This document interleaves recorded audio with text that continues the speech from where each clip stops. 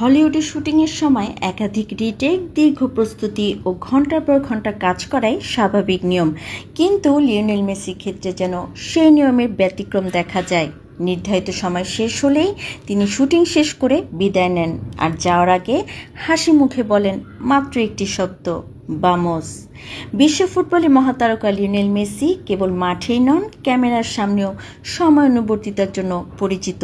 বিজ্ঞাপনের শুটিংয়ে তিনি নির্ধারিত সময়ের 1 মিনিটও বেশি থাকেন না, তাই পরিচালক থেকে শুরু করে পুরো প্রযোজনা দলকে সে সময়ের মধ্যেই সব কাজ শেষ করতে হয়।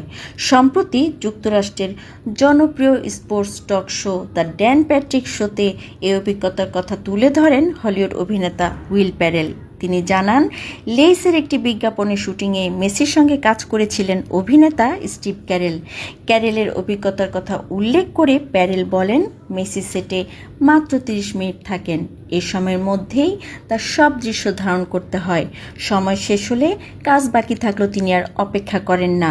মেসির সময়ানুবর্তিতার কারণেই পরিচালকদের আগেই সব প্রস্তুতি সম্পূর্ণ রাখতে হয়, কারণ তিনি সেটে আসার পর দীর্ঘ প্রস্তুতি বা বারবার রিটেকের সুযোগ খুব কম থাকে, তাই ক্যামেরা চালু করেই দ্রুত শুটিং শুরু করতে হয়। বিষয়টি নিয়ে রসিকতাও করেন উইল প্যারেল। তার ভাষায়, সবাইকে দ্রুত কাজ শেষ করতে হয়, নয়তো মেসি উঠে দাঁড়িয়ে শুধু বলবেন বামোস, আর এরপরেই সেট ছেড়ে চলে যাবেন। বর্তমানে বাণিজ্যিক অঙ্গনে লিওনেল মেসির জনপ্রিয়তা আরও বেড়েছে।